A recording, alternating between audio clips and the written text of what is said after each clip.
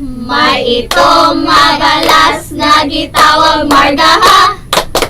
May itong mabalas nga gitawag margaha. May itong mabalas. May itong nabalas nga gitawag margaha. Ha ha ha! So, hello everyone. Our topic for today is we choose to have Sitio Tambacan, Barangay 4, Catiao-Tiao, Tanjay City, Negros Oriental as our locality for this study. So we come up with the title Dredging or Mining. This is a whole day of exploration of what is the truth. Nice. Excuse me. So this is a soul-enriching exploration and study made by yours truly, Judilyn Jaime, Algie Arzaga, Mea Saguban, Gwen Ligo, Vanessa Erlina, Algin Romano, and Christine Joyce Kitay. Yes, so this is the whole aerial view of Tanjay City. This picture was captured, I think, 4 years ago, and as what you can see, the city is has experienced to be drowned by flood. So kuan kita mo gabahaan ni nga time. So this time wala pa ang boulevard na established, and Tanjay City is located at the northern part of Negros Oriental.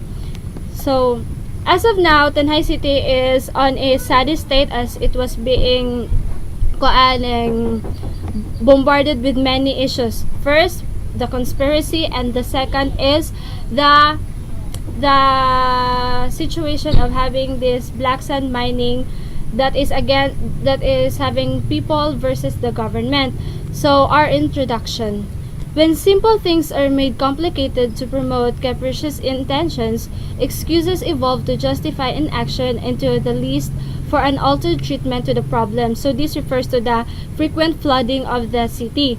That instead of treating the wound to heal, it becomes infected by introducing medication with dangerous side effects that would require a major surgery in the process.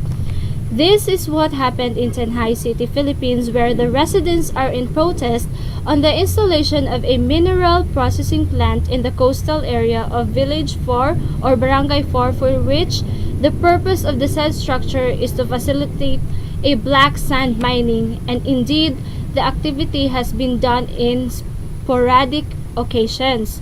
Endless debates and chaos are arousing in the small growing city of Tanjay, and the city faces its struggle for this moment as it was being disturbed by social movements of group of people against the local government. The local government initiated an intervention that prevents flooding, which is called dredging. By definition, dredging is an excavation activity or operation usually carried out at least partly underwater in shallow seas or fresh water areas with the purpose of gathering up bottom sediments and disposing of them at a different location.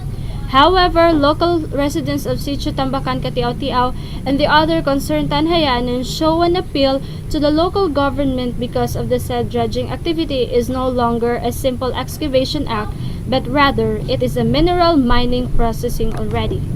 So these are our objectives. For the objectives, first, we define black sand mining. Second, we differentiate black sand mining and dredging. Third, we identify the environmental issues existing in the black sand mining environment of Tanjay City. And fourth, we distinguish the practices to help the locality of the mining site. The significance of the study. The present controversial issue in black sand mining drives its way to awaken Tanjayanan's strength to fight for the environment. This study aims to fully understand the present situation of the affected area with its environmental aspects that are existing. The scope and limitation of our study. The study covers the specific site where the allegedly mineral processing plant is situated. Most information gained from this study comes from interviews of the people living near the area and guarding along the place. The study focuses only on issues related to the said activity. However, the study does not cover the local government unit of Tanjay City's stand on the issue. It is only limited to people's view and perspective based on their experiences. Due to time constraints, the researchers has just covered a whole day of gathering data.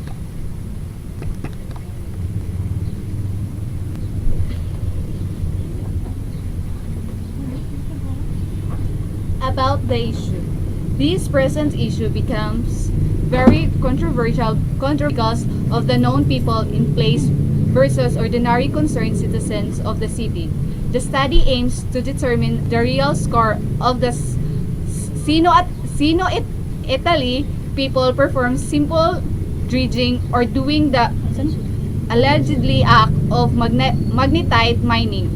Furthermore, ecological conditions of the locality are being affected also. Tanjay City is still in a state where it's questions that the local community is still weighing upon. A group collectively known as the Tanjay Anti-Black Sand Mining Movement are knocking on the gates of Sino Italy and the city governments to put weight on this mining activity that's slated to start several days from now. So as what you can see, the Tanjay City Black Sand Mining Movement logo, where I grabbed this on Facebook, and just recently they are asking people to sign petitions on this issue so that it will be stopped. So the people responsible for this mining activity are the Koreans, or which is known the Sino Italy people. Some residents along the coastal area are volunteers to watch over and guard the said mining site.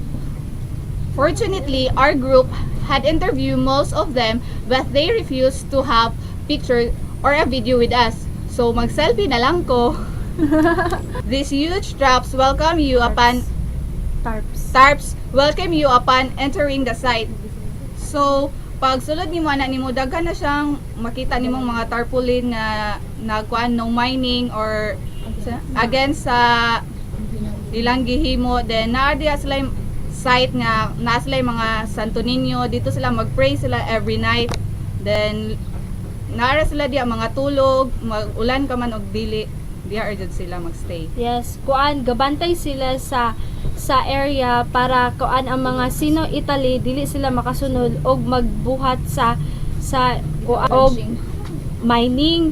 So kaning mga Sino Italy people, according to our kuan interview with the local resident in that area, they are living on the house of one of the city councilors of kuan Tanjay.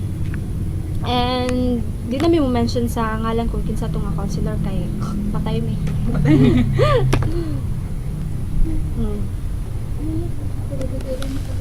So, this is the whole area of the said dredging site.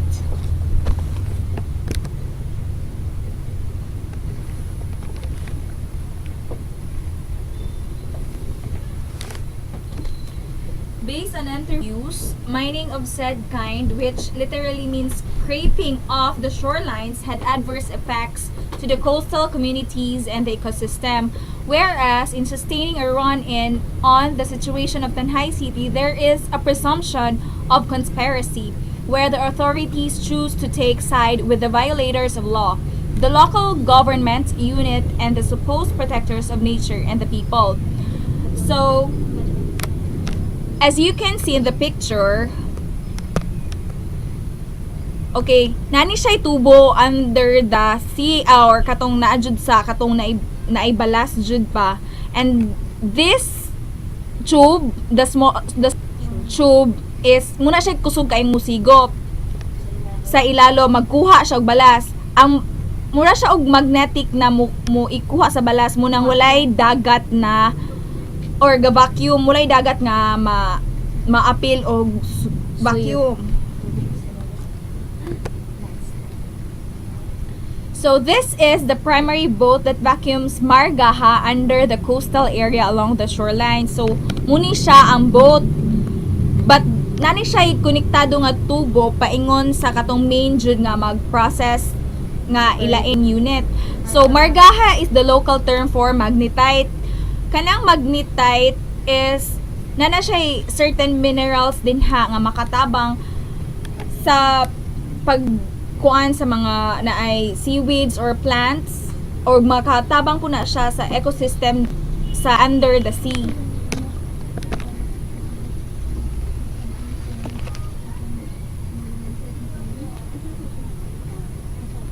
So this tube is still connected to this picture.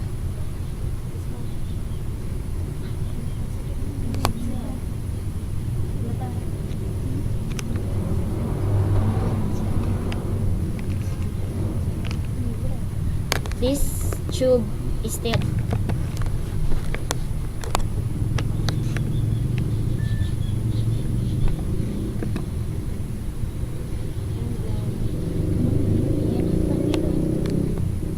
So this is the separating unit where ang mga na-vacuum na mga sand mo i-separate siya dinhi.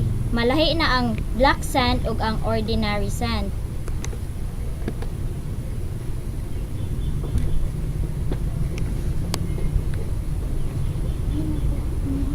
Essential fact. So, the intended dredging site is 2 km away from the estuary. So, it means distant from the river. So, as what I have understood about what is really dredging is should be done near the mouth of the river. Pero ang gibuhat sa Italy people, layo ra kaayo sila sa mouth sa river. So munang makonclude nato makonclude namo nga dili do na siya dredging, it is a mining. It's defined dredging.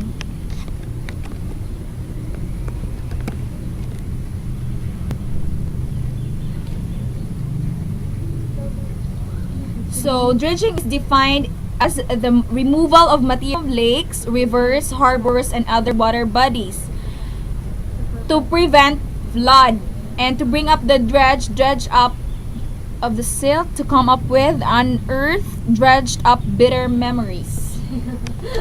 Dictionary na siya. From the dictionary. Next.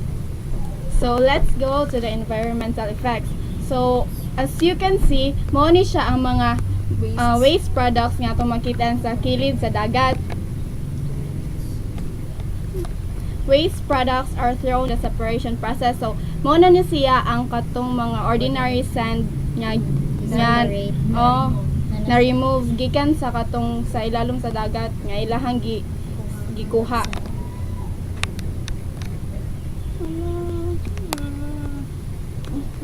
Environmental effects. So mauyog ang environmental effects is kada bubuhat mo operate gani ang barko or katong operating system nila to separate, shaken ang kuaning makabantay mo sa next picture na mo na kanang nilalom na ang nihugno na ang balas sa na nahulbo na ang puso. And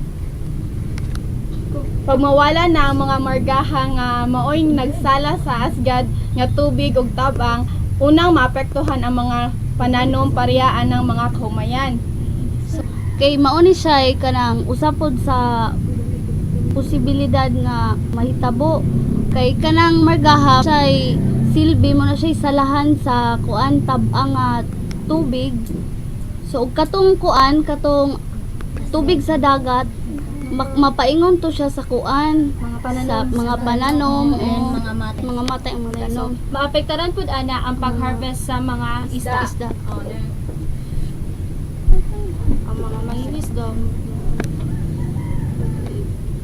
So, the whole Tanjay Strait also will be affected, like ang Luka, ang Bais, ug ang entire Tanjay Strait hasta pud ang kuan. So this is our conclusion. Whereas the quantum of proof necessary to support a determination are such facts for which a reasonable mind may accept with consensus, dispatch based on actual events and surrounding circumstances, that there is evidence conspiracy and wanton disregard of laws. Proofs and evidences are shown in the black sand mining site.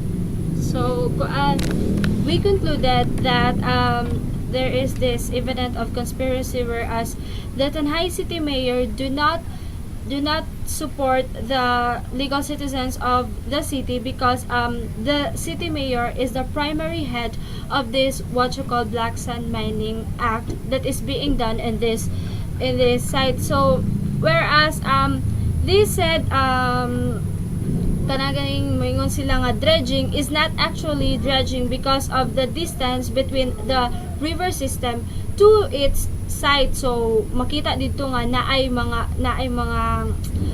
mga separating unit which processes the minerals. So and in addition to that, our study is very essential for us, and also for us humans, and it values the balance between nature and human beings. If mawala tanan nga magnetite that holds the whole area, hulba ang tibuok syudad.